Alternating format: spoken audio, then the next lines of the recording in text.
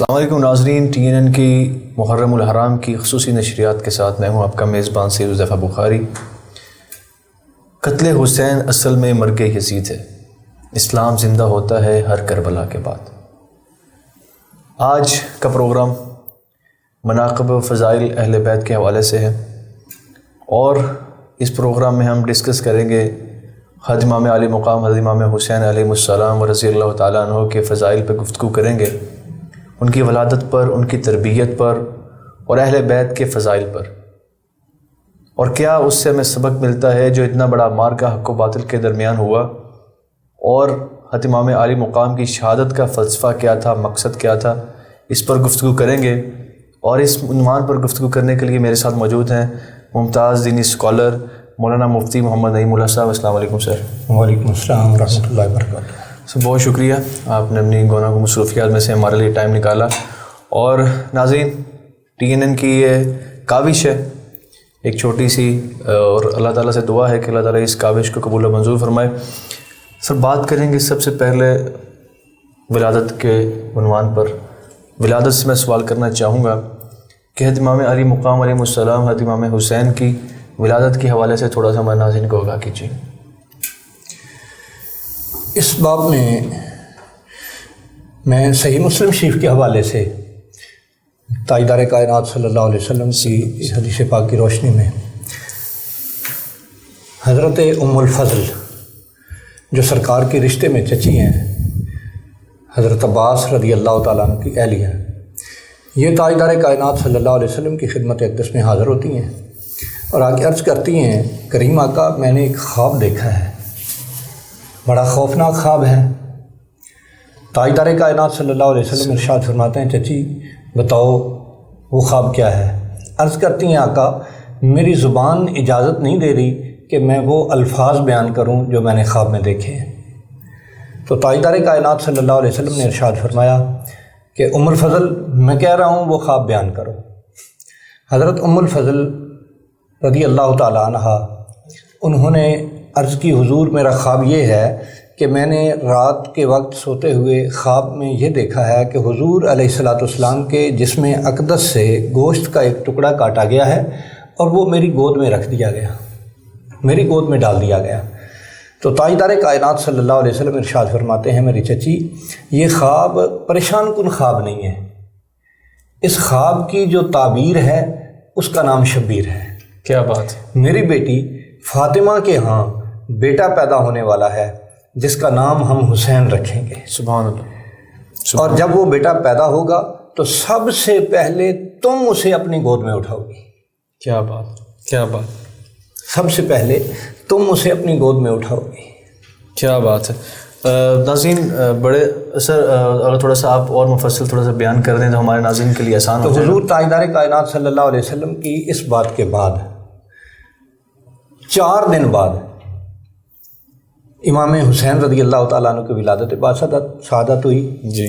حضرت ام الفضل سیدہ فاطمہ زہرا سلام اللہ علیہا کے پاس اس وقت دائی کی حیثیت سے موجود تھیں۔ امام حسین پیدا ہوئے تو سب سے پہلے اپنی گود میں اٹھانے کا شرف حضرت ام الفضل کو حاصل ہوا۔ کیا بات! تو ان کے یہ خواب کی تعبیر جو ہے پریکٹیکلی طور پر بھی ان کے سامنے آ گئی۔ سبحان اللہ، سبحان اللہ۔ جی، تو حضور تاجدار کائنات صلی اللہ علیہ وسلم ارشاد فرماتے ہیں، میری بیٹی فاطمہ جو ہے یہ انسانی شکل میں جنتی حور کا نام ہے۔ سبحان اللہ۔ ہمارے ہاں ایسا ہوتا ہے کہ جب کوئی بھی بچہ پیدا ہوتا ہے تو بیٹے کی والدہ، بچے کی ماں، وہ نفاس میں مبتلا ہو جاتی ہے، بالکل، کئی دنوں تک وہ نماز ادا نہیں کر سکتی، پاکیزگی حاصل نہیں ہوتی اس کو۔ لیکن سیدہ فاطمہ زہرا سلام اللہ علیہا کے ہاں یہ نظام نہیں تھا۔ سبحان اللہ۔ ایک وقت کی بھی نماز قضا نہیں ہوئی۔ سبحان اللہ۔ اسی لیے حضور نے فرمایا کہ یہ انسانی شکل میں جنتی حور ہے۔ کیا بات، کیا بات! ناظرین بڑے خوبصورت انداز میں مفتی صاحب نے، اور بڑے ہی ایسا انداز تھا اور ایسی چیزیں ہیں کہ جس سے ہمارے ایمان کو بڑھاوا ملتا ہے، ہم ایمان کی بلندیوں کو چھونے لگتے ہیں۔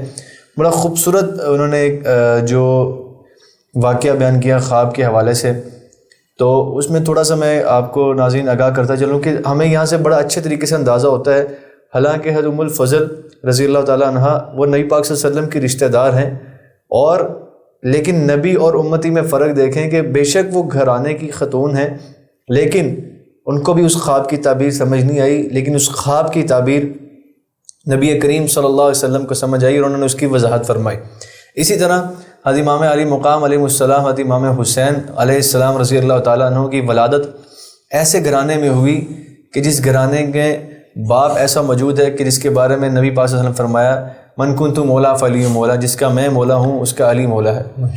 اسی طرح ماں وہ ہے، وہ ہستی ہے جس کے بارے میں فرمایا سیدہ نساء اہل الجنہ، یہ جنتی تو ہے ہی ہے لیکن اس پروٹوکول کے ساتھ جنت میں داخل ہوگی کہ تمام کی تمام جنتی خواتین کی سردار بن کر، جن کا بھائی حضرت امام حسن وہ ہیں کہ جن کے بارے میں، اور خود ہستی وہ ہیں جن کے بارے میں فرمایا سید شباب اہل الجنہ کہ جنتی نوجوانوں کے سردار ہیں۔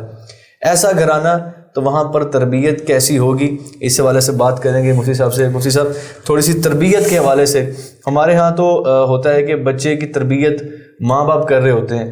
سب سے پہلے ولادت کے بعد شکل و شباہت کے حوالے سے جی بالکل، ضرور۔ حضرت علی المرتضیٰ کرم اللہ وجہ الکریم ہی اس بات کے راوی ہیں، سبحان اللہ۔ وہ واقعہ اس طرح ہے کہ فرماتے ہیں کہ میرا بیٹا حسن جو ہے نا، وہ شباہت کے اعتبار سے ناف سے لے کر سر کے بالوں تک سرکار کی شباہت ہے، اور بیٹا حسین جو ہے یہ ناف سے لے کر پاؤں کے ناخنوں تک نبی علیہ الصلوۃ والسلام کی شبیہ ہے۔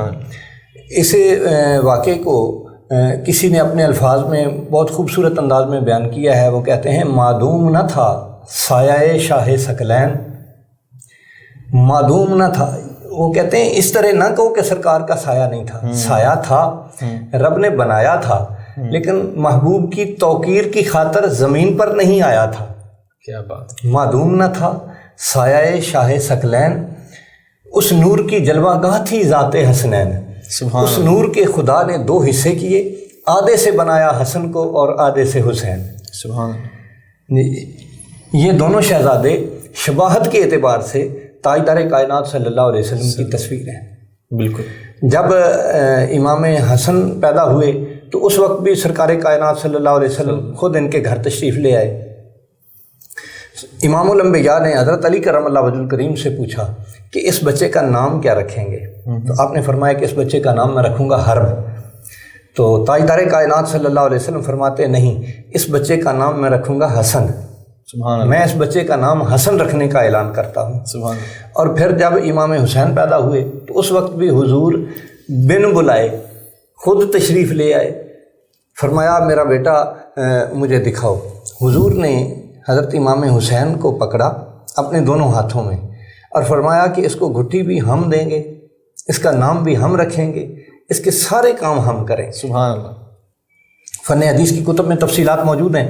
تاجدار کائنات صلی اللہ علیہ وسلم نے حضرت امام حسین رضی اللہ تعالیٰ عنہ کو اٹھایا اور خود حضور نے اپنی زبان حسین پاک کے منہ میں دے دی۔ سبحان اللہ۔ حسین پاک رضی اللہ تعالیٰ عنہ حضور کی زبان کو اس طرح چوس رہے تھے، آج کے دور میں جدید الفاظ میں یوں کہا جا سکتا ہے جیسے بچہ فیڈر چوستا ہے، اللہ، جیسے بچہ فیڈر لیتا ہے، حسین پاک رضی اللہ تعالیٰ عنہ اس طرح سرکار کی زبان چوس رہے تھے۔ تو اس جملے کی وضاحت کرتے ہوئے الصواعق المحرقہ کے اندر فرمایا گیا ہے کہ تاجدار کائنات صلی اللہ علیہ وسلم زبان حال سے ارشاد فرما رہے تھے، حسین ایک وقت وہ آنے والا ہے جب تمہیں پیاس کی شدت محسوس ہوگی تو اس کیفیت میں میری اس زبان کا چوسنا یاد کر لینا۔ اللہ۔ تو حضور علیہ الصلوۃ والسلام نے گھٹی بھی خود دی، نام بھی خود رکھا۔ پھر علی المرتضیٰ سے پوچھا کہ علی اس بچے کا نام، عرض کی حرب، فرمایا نہیں، ہم اس بچے کا نام حسین رکھتے ہیں۔ سبحان اللہ۔ حسین کتنا خوبصورت لفظ ہے کہ محدثین کہتے ہیں کہ حسین کی ہے میں اسلام کا حسن ہے، حسین کی سین میں اسلام کی سلامتی ہے، کیا بات! حسین کی یہ میں اسلام کی یاری ہے، اور حسین کی نون میں نظام مصطفیٰ کا جلوہ ہے۔ سبحان اللہ، سبحان اللہ۔ حضرت امام حسین رضی اللہ تعالیٰ عنہ کی پھر تربیت تاجدار کائنات صلی اللہ علیہ وسلم کیسے فرما رہے ہیں کہ حضور علیہ الصلوۃ والسلام خود ہر روز جب نماز کے لیے تشریف لے جاتے ہیں تو حضور ان کے گھر کے دروازے سے آگے گزر کے مسجد نبی شریف کی طرف جایا کرتے تھے۔ تو فن حدیث کی کئی کتب کے اندر یہ باتیں موجود ہیں۔ سرکار جب بھی یہاں ان کے دروازے کے سامنے سے گزرتے، رکتے، دروازے کے ساتھ کان لگاتے اور پھر آگے تشریف لے جاتے اور فرمایا کرتے، بیٹی فاطمہ میرے بیٹے حسین کو رونے نہ دیا کر، جب یہ روتا ہے، حالانکہ بچوں کا رونا یہ میڈیکل سائنس بتاتی ہے کہ چھوٹے بچے کا رونا اس کی صحت کے لیے فائدہ مند ہوتا ہے، بالکل صحیح، لیکن سرکار فرماتے کہ فاطمہ جب یہ روتا ہے نا تو اس وقت میرے دل کو تکلیف ہوتی ہے۔ بالکل صحیح۔ تو امام الانبیاء صلی اللہ علیہ وآلہ وسلم مسجد میں جاتے، ہمارے لیے یہ حکم ہے کہ ہمارا وہ چھوٹا بچہ جس کو سوجھ بوجھ نہیں، اس کو مسجد میں نہ لے کے جاؤ، مسجد میں لے جانے سے بچوں کو منع کیا گیا ہے۔ لیکن تاجدار کائنات صلی اللہ علیہ وسلم کے یہ بچے جن کو سرکار اپنا بیٹا کہہ رہے ہیں، بالکل صحیح بات، اپنی سبت کہہ رہے ہیں، اپنی اولاد کہہ رہے ہیں، یہ بچے ان کا پلے گراؤنڈ ہی مسجد تھا۔ اللہ اکبر، اللہ، پلے گراؤنڈ ہی ان کا مسجد تھا۔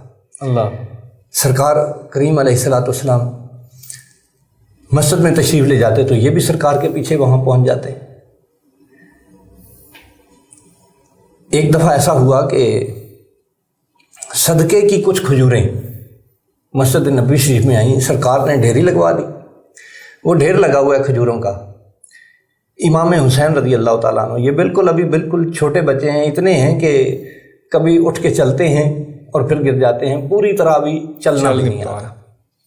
تو اس ایسے عمر کے حصے میں وہ مسجد نبی شریف میں آئے، کھجوریں پڑی ہیں صدقے کی، تو ایک کھجور اٹھائی، منہ میں ڈال لی، بچہ ہے، بچہ تو بچہ ہوتا ہے۔ بالکل صحیح بات۔ تاجدار کائنات صلی اللہ علیہ وسلم اٹھے، آگے بڑھے، حسین پاک کو اٹھایا، اپنی گودی میں بٹھایا، پھر فرمایا منہ کھولو، اور حضور نے وہ صدقے کی کھجور ان کے منہ سے باہر نکال دی، فرمایا یہ صدقہ ہے، اہل بیت پر حرام ہے۔ اللہ اکبر، کتنی پیاری تربیت، بالکل تربیت کی انتہا ہے، خاتم الانبیاء ہے نا، بالکل صحیح، نبی الانبیاء ہے، تربیت میں انتہا، اور بچوں کے ساتھ لاڈ پیار اتنا۔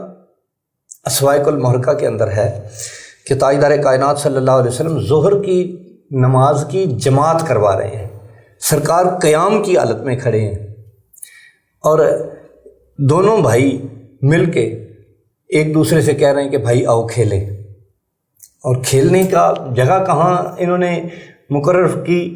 سرکار قیام میں کھڑے ہیں، ظہر کی نماز کی جماعت جاری ہے، بھائی آؤ نانا حضور کے دونوں پاؤں کے درمیان سے گزرتے ہیں۔ اب سرکار کریم علیہ الصلوۃ والسلام نے بھی اپنے پاؤں مبارک کو تھوڑا سا کھول دیا، بچے گزر جائیں، بچے، ہاں سبحان اللہ۔ حسنین کریمین یہ کھیلتے رہے، گزرتے رہے سرکار کے پاؤں کے درمیان سے، جب تک انہوں نے چاہا یہ کھیلتے رہے، جب یہ کھیل کے فارغ ہو گئے، تھک گئے، سائڈ پہ چلے گئے، اس وقت سرکار نے رکوع فرمایا۔ کیا بات! یہ ایک دن کا واقعہ نہیں تھا، بے شمار مرتبہ ایسا ہوتا رہا، بے شمار مرتبہ ایسا ہوتا رہا۔ مشہور وہ واقعہ ہے کہ آپ نے سجدہ طول کر دیا۔ ہاں جی، سجدے کی کیفیت میں ہے، بالکل، اور سجدہ یہ نماز کی جان ہے، بے شک۔ اللہ پاک کی عبادت کی انتہا سجدہ ہے، عبادتوں کی جان سجدہ ہے، سرکار سجدے میں ہیں۔ تو امام حسین پاک رضی اللہ تعالیٰ عنہ آج کے دن یہ اکیلے آئے تھے، ان کا بڑا بھائی ان کے ساتھ نہیں تھا، اکیلے آئے، سرکار سجدے میں ہیں، تو یہ حضور کی پشت پر سوار ہو گئے، اور کریم آقا علیہ الصلوۃ والسلام نے سجدے کی تسبیحات بڑھا دیں، اللہ، کیفیت میں سجدہ لمبا ہو گیا۔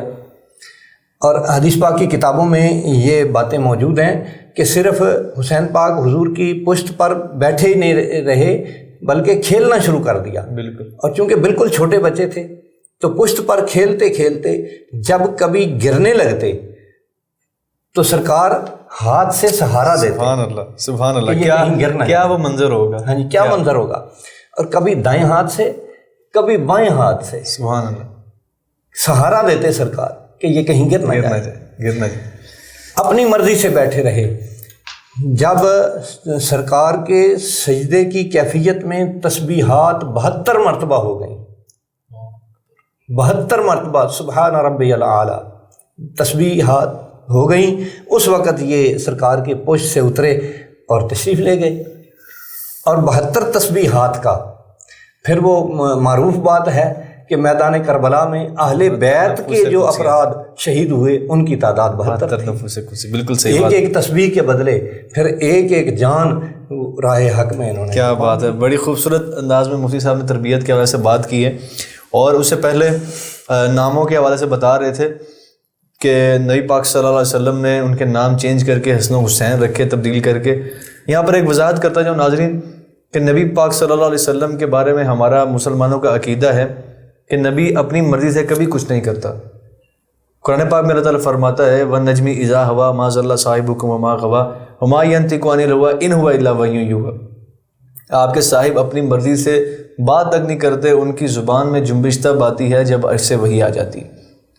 تو یہ نبی پاک صلی اللہ علیہ وسلم نے جو نام تبدیل کیے یہ اپنی مرضی سے نہیں بلکہ اللہ کی مرضی سے نام تبدیل کیے تھے. اور ایک اور اچھی بات وہ یہ ہے کہ اللہ تعالیٰ نے ان صاحبزادگان کو، دونوں اماموں کو اللہ تعالیٰ نے نبیوں والا پروٹوکول دیا کہ اللہ تعالیٰ نبیوں کو دنیا میں بھیجتا تھا تو ان کے نام خود بتاتا تھا. جس طرح مریم علیہ السلام کے سورہ مریم میں واقعہ ہے پورا زکریا اور یحییٰ علیہ السلام کا، تو اس کے اندر آتا ہے کہ ہم آپ کو بیٹا دے رہے ہیں، اس کا نام یہ ہوگا. تو یہ نبیوں والا پروٹوکول اللہ تعالیٰ نے دونوں صاحبزادگان کو، دونوں اماموں کو دیا کہ ان کا نام اللہ تعالیٰ نے خود تجویز کر کے بھیجا. جیسے تھوڑا سا ہم لوگ بڑھتے ہیں فضائل. تاجدار کائنات صلی اللہ علیہ وسلم نے ارشاد فرمایا کہ یہ حسن اور حسین یہ دونوں جنتی نام ہیں آج سے پہلے. بالکل یہ نام دنیا میں کسی کے نہیں رکھے گئے. فرمایا ہاں حضرت ہارون علیہ السلام کے بچوں کے نام شبر اور شبیر تھے. کیا بات. وہ لاطینی زبان میں تھے، یہ عربی زبان، یہ جنتی زبان میں ہے. کیا بات ہے. اس سے پہلے پردہ ڈال کے اللہ تعالیٰ نے ان ناموں کے اوپر پردہ ڈال کے رکھا تھا. کیا خوبصورت، کیا خوبصورت بات ہے. اچھا سر تھوڑا سا بتائیے گا ہمارے ناظرین کو. اب ہم بڑھتے ہیں فضائل کی طرف، مناقب کی طرف، کہ گھرانہ ایسا تھا جب آیت تطہیر نازل ہوگی اس کا تھوڑا سا قرآن مجید فرقان حمید کی روشنی میں بھی، احادیث کی روشنی میں، واقعات کی روشنی میں ہمارے ناظرین کو آگاہ کیجیے گا کہ اہل بیت کو اللہ تعالیٰ نے کن فضائل سے، کن بلندیوں سے، کن عظمتوں سے، کن رفتوں سے نوازا تھا. آپ نے آیت تطہیر کی بات کی ہے جی، تو یہ ان کا اعزاز ہے اور خصوصیت ہے. حضرت ابراہیم خلیل اللہ علیہ الصلوۃ والتسلیم آپ جب کعبۃ اللہ کی دیواریں اٹھا رہے تھے، اذ یرفع ابراہیم القواعد من البیت و اسماعیل ربنا تقبل منا، دعا کے الفاظ بعد میں ہیں، ربنا تقبل منا یہ بات پہلے کہ اللہ پاک سے یا اللہ ہماری دعا کو قبول کر لے، مانگیں گے بعد میں، قبولیت کی سند پہلے. یہ حضرت ابراہیم علیہ السلام اور حضرت اسماعیل علیہ السلام ہیں.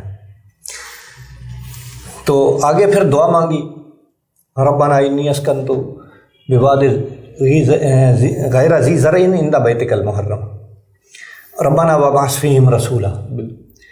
پھر آگے بہت ساری دعائیں مانگی.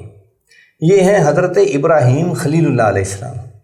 جو دعا بعد میں مانگتے ہیں قبولیت کی سند اللہ پاک کی بارگاہ سے پہلے لے لیتے ہیں. اب آئیے، یہ ہیں منا والے، حضرت ابراہیم خلیل اللہ اور اسماعیل ذبیح اللہ. یہ منا والے ہیں نا، کہ جب کعبۃ اللہ تعمیر ہو گیا تو اللہ پاک نے فرمایا کہ لوگوں کو آواز دو. انہوں نے آواز دی تو ابراہیم علیہ السلام کی آواز کو تمام روحوں نے سنا. جو ماؤں کے پشتوں میں تھے انہوں نے سنا، باپوں کی پشتوں میں تھے انہوں نے سنا، جو عالم ارواح میں تھے قیامت تک، صبح قیامت تک آنے والے جتنے بھی روحیں تھیں سب نے سنا. تو یہ ہیں منا والے. اب کربلا والے، سبحان اللہ، یہ مانگتے ہیں لیکن مانگنے سے پہلے قبولیت کی سند لیتے ہیں. اب کربلا والوں کی بات سنیں تو قرآن عظیم کہتا ہے کہ یہ تو منہ سے بولتے بھی نہیں. کیا بات. نماز پڑھتے ہوئے صرف آسمان کی طرف نظر اٹھاتے ہیں.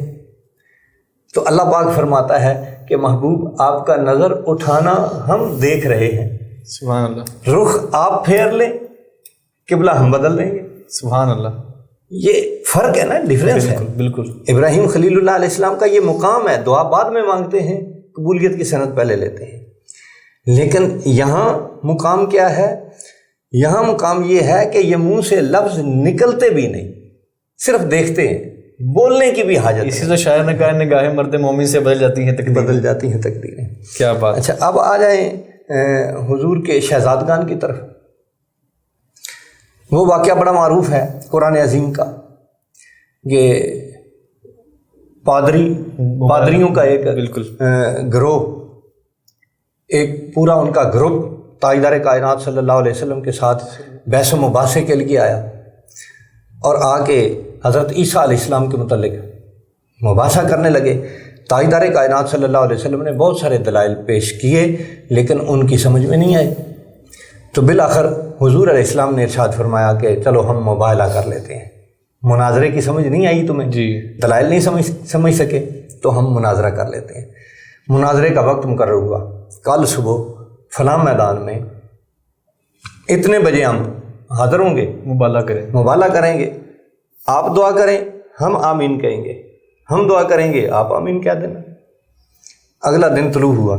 تاجدار کائنات صلی اللہ علیہ وآلہ وسلم حضرت علی المرتضیٰ کرم اللہ وجہ الکریم کے گھر تشریف لے گئے اور حضور علیہ الصلوۃ والسلام نے وہاں پہنچتے ہی فرمایا این الحسن، حسن کہاں ہے؟ جی حضور حاضر ہوں. فرمایا آئیے میری چادر کے نیچے آ جائیے. این الحسین، حسین کہاں ہے؟ نانا جی حاضر ہوں. فرمایا آئیے میری چادر کے نیچے آ جائیے. این فاطمہ، فاطمہ کہاں ہے؟ ابا جی حاضر ہوں. فرمایا آئیے آپ بھی مزمل والی چادر کے نیچے آ جائیے. این علی ابن ابی طالب، علی کہاں ہے؟ حضور لبیک و صادق یا رسول اللہ، یا رسول اللہ حاضر ہوں. فرمایا آئیے آپ بھی میری چادر کے نیچے آ جائیے. پھر حضور نے اس چادر کے نیچے اپنا سر اقدس بھی کیا. یہ مزمل کی چادر ان اب 5 پر تھی. تاجدار کائنات صلی اللہ علیہ وسلم نے ہاتھ اٹھا کے یہ الفاظ بولے اللہم ہؤلاء اہل بیت، یا اللہ یہ میری اہل بیت ہے، میں ان سے پیار کرتا ہوں، تو بھی ان سے پیار کر. جامع ترمذی شریف کی. بالکل. اللہ میں ان سے پیار کرتا ہوں، تو بھی ان سے پیار کر، اور میرے امتیوں میں سے جو ان سے پیار کرے تو اس سے بھی پیار کر. کیا بات. اللہ کا پیار حاصل کرنے کے لیے ان کا پیار لازم ہے. ان کا پیار لازم ہے. کیا بات ہے.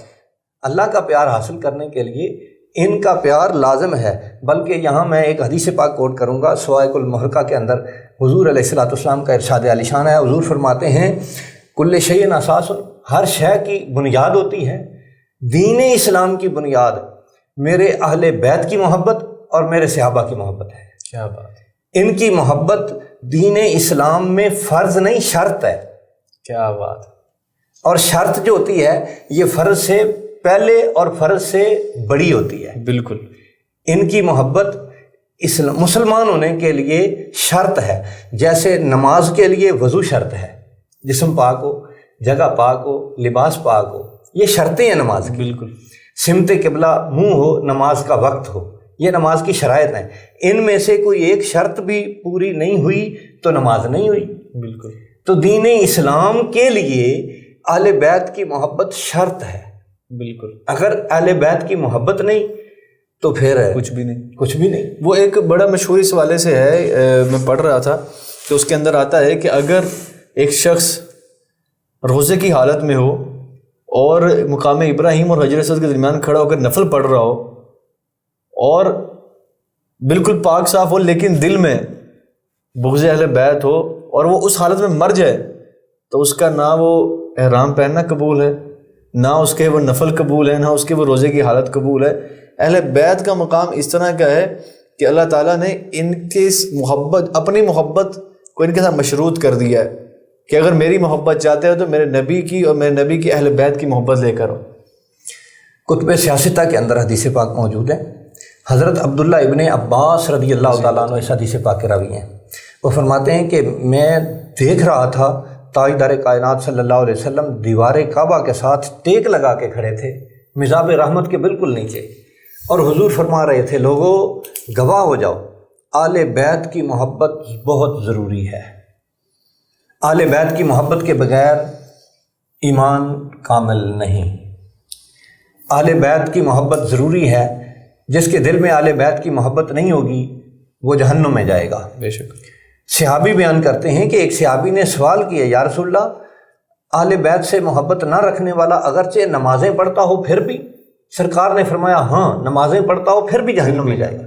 ایک اور صحابی عرض کرتے ہیں حضور اگرچہ اس نے روزے رکھے ہوں؟ فرمایا ہاں اگرچہ روزے رکھتا ہو، اہل بیت کی محبت نہیں، پھر بھی جہنم میں۔ ایک اور صحابی عرض کرتے ہیں کریم آقا اگرچہ اس نے حج بھی کیا ہو؟ تو فرمایا ہاں اگرچہ حاجی بھی ہے، اہل بیت کی محبت نہیں، تو پھر بھی وہ جہنمی ہے۔ تو سرکار نے وہ دعا مانگی نا، اللہم ہؤلاء اہل بیت، یا اللہ یہ میری اہل بیت ہے، جو ان سے پیار کرے تو اس سے پیار کر۔ پھر کریم آقا علیہ الصلوۃ والسلام اٹھے اور حضور نے فرمایا حسن تم میری دائیں انگلی تھام لو۔ پھر فرمایا حسین تم بائیں انگلی تھام۔ میں سرکار کے لیے بائیں کا لفظ استعمال نہیں کرتا جی، بالکل بڑی اچھی بات ہے، میں سرکار کی ذات کے لیے سبحان اللہ، بائیں کا لفظ کبھی استعمال نہیں کرتا۔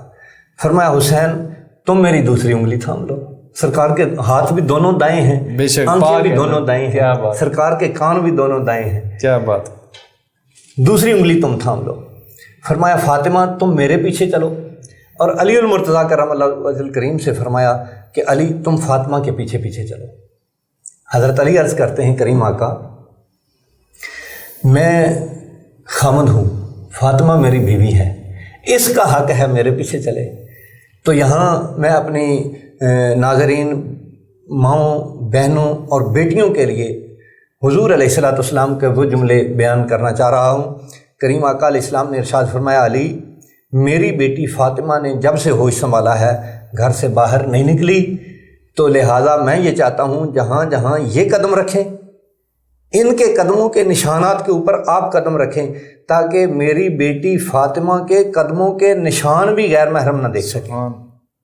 سبحان۔ اچھا اب یہ نفوس قدسیہ کا قافلہ میدان کی طرف نکلے، اسقف پادری اور اس کے ساتھی جو دوسرے وہاں پر موجود تھے، مباہلے کا وقت تھا، تو ان نفوس قدسیہ کو جاتے ہوئے جب دیکھا تو اسقف کہنے لگا کہ اے میرے ساتھی پادریوں بھاگ جاؤ، میدان چھوڑ دو، ان کے ساتھ مباہلہ نہ کرنا۔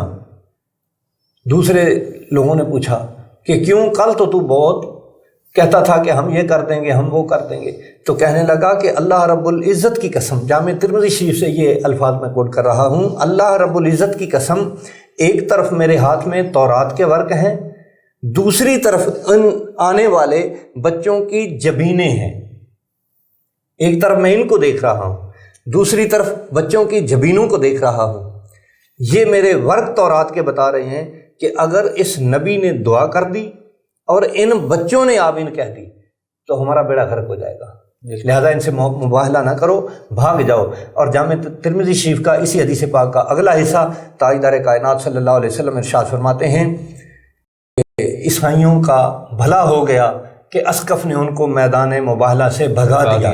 فرمایا اگر یہ مباہلے کے میدان میں رہتے، وہ مجھ سے مباہلہ کرتے، تو 3 دن کے اندر اندر پوری دنیا کے عیسائی ختم ہو جاتے ہیں، اللہ، عیسائیت کا نام و نشان مٹ جاتا۔ اللہ اکبر، اللہ اکبر۔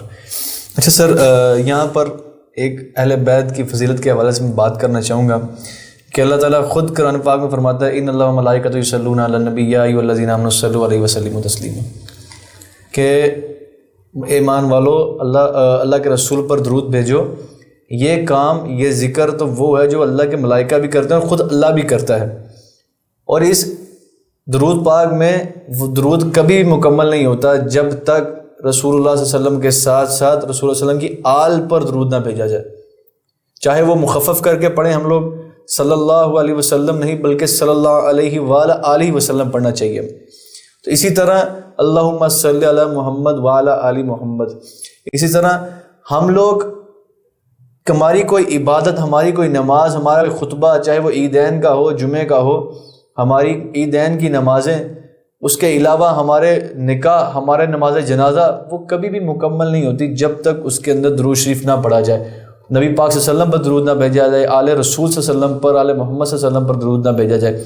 سر پروگرام کا اختتام ہونے والا ہے، تو آخری سوال آپ سے پوچھنا چاہوں گا فلسفہ شہادت کے حوالے سے کہ حضرت امام حسین علیہ السلام کا وہاں جانا اور شہادت نوش کرنا، اس کا مقصد کیا تھا، فلسفہ کیا تھا، ہمیں اس قربانی سے کیا سبق ملتا ہے؟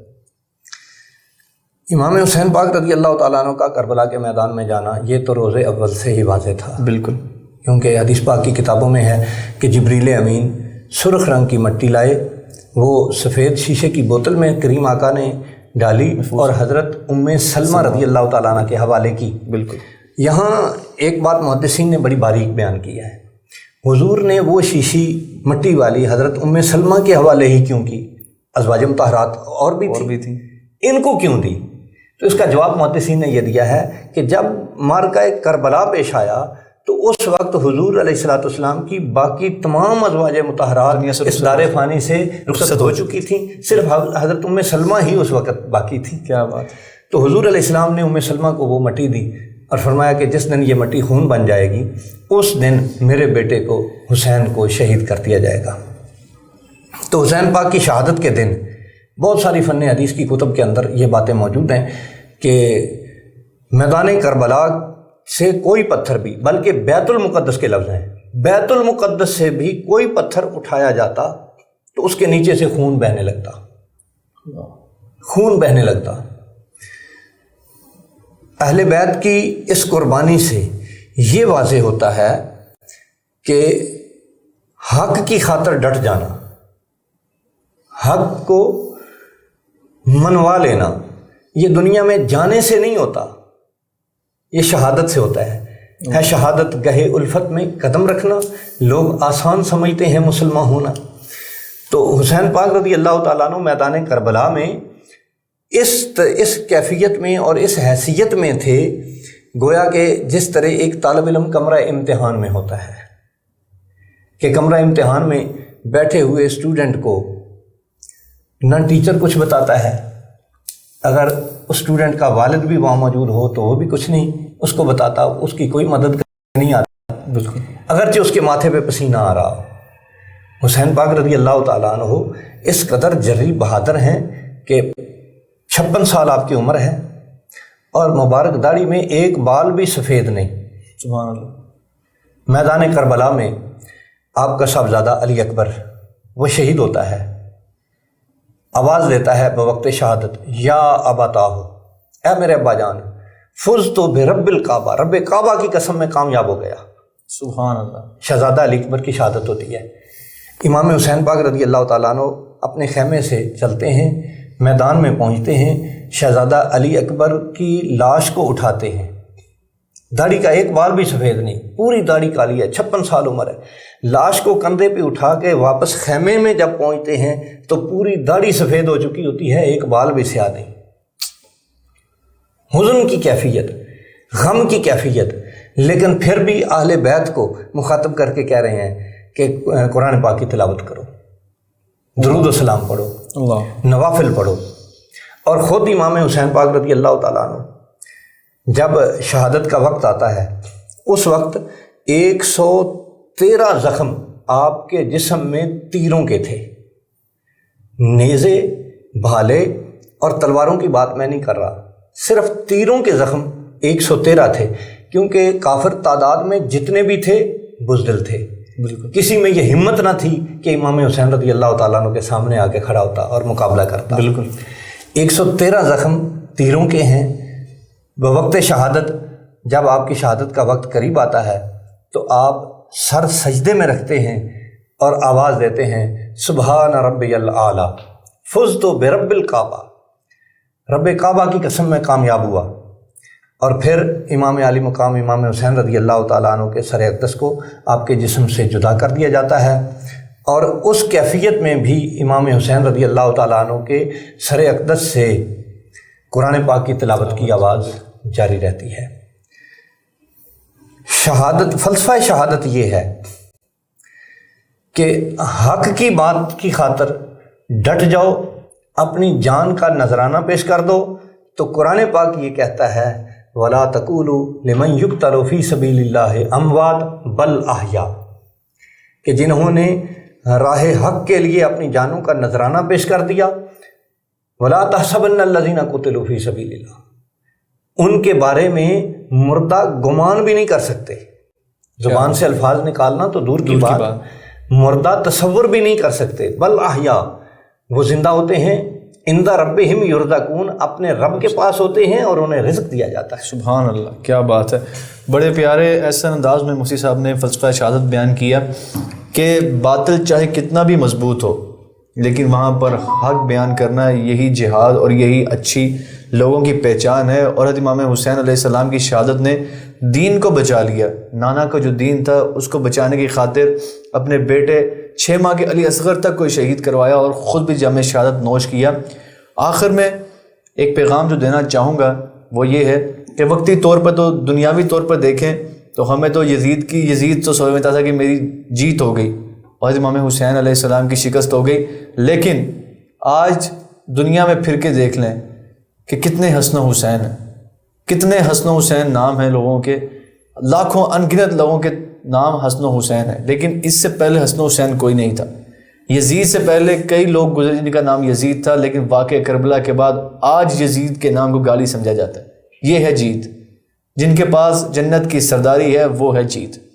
اللہ تعالیٰ سے دعا ہے کہ اللہ تعالیٰ ہمارے دلوں میں صحابہ اکرام رضوان اللہ تعالیٰ علیہم اجمعین اور اہل بیت اطہار علیہم السلام کی محبت کو پیدا فرمائے، ان کے مقام کو سمجھنے کی توفیق عطا فرمائے، ان کی جو سنت ہے اس پر عمل پیرا ہونے کی توفیق عطا فرمائے۔ انشاءاللہ آپ سے ملاقات ہوگی اگلے پروگرام میں نئے عنوان کے ساتھ، نئے مہمان کے ساتھ۔ اجازت دیجیے اپنے میزبان سید حذیفہ بخاری کو۔ اللہ نگہبان۔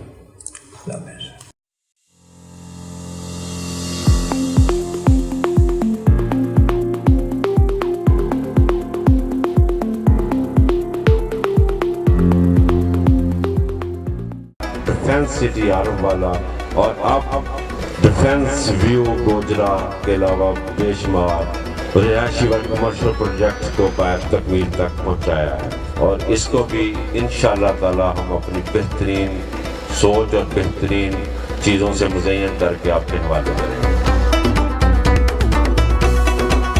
قابل احترام قابل ذکر MNA سید عمران احمد شاہ صاحب تشریف لائے ہیں ساہیوال سے۔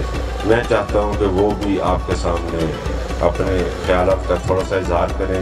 دل کی اتھا گہرائیوں سے ممنون ہوں، مشکور ہوں اپنے بہت ہی پیارے بھائی طاہر صاحب کا، طاہر صاحب کے حوالے سے کہ بے تحاشا انہوں نے کالونیز بنائی، ڈیفرنٹ شہروں میں بنائی، ساہیوال میں بنائی۔ مجھے کسی نے کوئی شکایت آ کے نہیں کی کہ جی کہ میری کوئی کمپلینٹ ہے آپ ہمارا یہ فیصلہ کروا دیں۔ گوجرا والوں کو عرض کر رہا ہوں کہ جی کہ آپ یہ 4 دیواری کے یہ اندر بیٹھے ہیں، یہ آپ محفوظ بیٹھے ہیں، اور ادھر جو ایک گھر بنانا، ہمارے ساہیوال میں بھی جو انہوں نے کالونیاں بنائی، آئیڈیل ترین لوگوں نے جہاں گھر بنائے اپنے بچوں کا فیوچر مستقبل، وہ میں سمجھتا ہوں کہ جی کہ گوجرا والوں آپ کی یہ خوش قسمتی ہے کہ جی کہ طاہر صاحب نے یہ کالونی بنائی ہے، آپ کو لیے ایک پلیٹ فارم مہیا کیا ہے، اور آپ لوگ ان کے ہوتے ہوئے اس کالونی میں انویسٹمنٹ کریں، گھر بنائیں، وہ آپ محفوظ ہاتھوں میں ہے۔ میری آپ سے یہی گزارش ہے کہ جی کہ گھر بنانا ہے، انویسٹمنٹ کرنی ہے، تو آپ اپنے آپ کو محفوظ ہاتھوں میں سمجھیں، سیف ہینڈ میں سمجھیں۔ اس سے بہتر بلیسنگ اور کسی اور کالونی میں، کسی اور ڈیولپرز میں نہیں ہو سکتی۔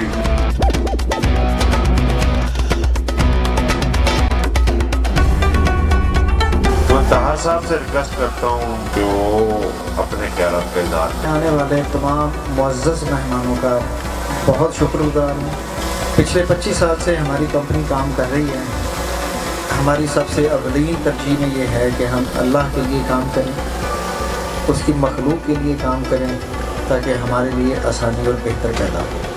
ہماری کمپنی کے 2-3 اصولوں میں سب سے بڑی بات صرف ایک ہی ہے، کسی پارٹی کے ساتھ، کسی کلائنٹ کے ساتھ کوئی مسہیپ ہو جاتا ہے، فراڈ ہو یا دھوکہ ہو، ہم اس کی ٹوٹل پیمنٹ واپس کرنے کے لیے تیار ہیں۔